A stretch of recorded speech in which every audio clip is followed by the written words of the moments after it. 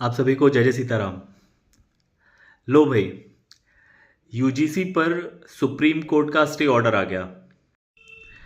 आप सभी को ढेर सारी शुभकामनाएं। पर सोचने वाली बात यह है कि जब यूजीसी जैसे कानून को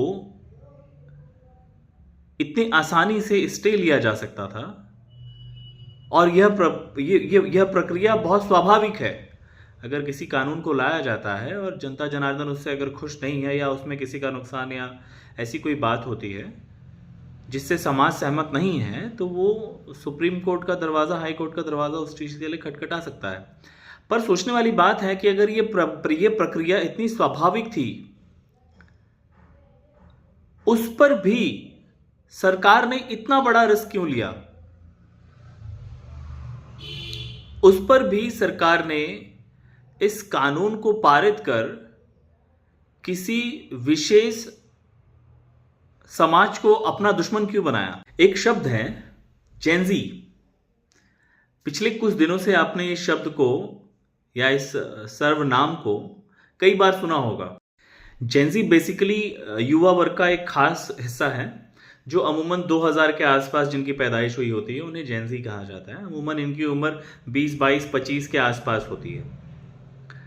अब आपने गौर किया होगा कि पिछले कुछ दिनों में भारतवर्ष में जेनजी का प्रभाव देश हित के हर मुद्दों पर काफी ज्यादा रहा।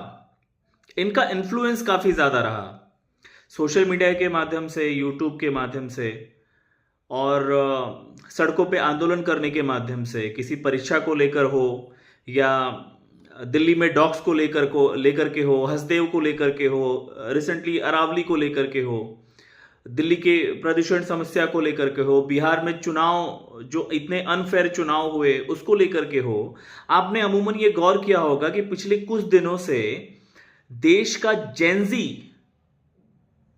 देश हित के हर मुद्दों पर बहुत ही सक्रिय था। अमूमन हमने यह भी नोटिस किया कि रिसेंटली नेपाल में जो घटनाएं घटी वह मूलतः जेनजीओ के द्वारा ही किया गया जन आंदोलन था। नेपाल में सत्ता परिवर्तन का सबसे बड़ा कारण वहां का जेनजी समाज था, यानी वो युवा। और वही युवा हिंदुस्तान में अपनी मूल समस्याओं को लेकर के अपनी आवाज बुलंद कर रहे थे। ऐसे में यूजीसी जैसे कानून को ला करके जेनजीओ को अपने अस्तित्व की लड़ाई लड़ने पर मजबूर किया गया।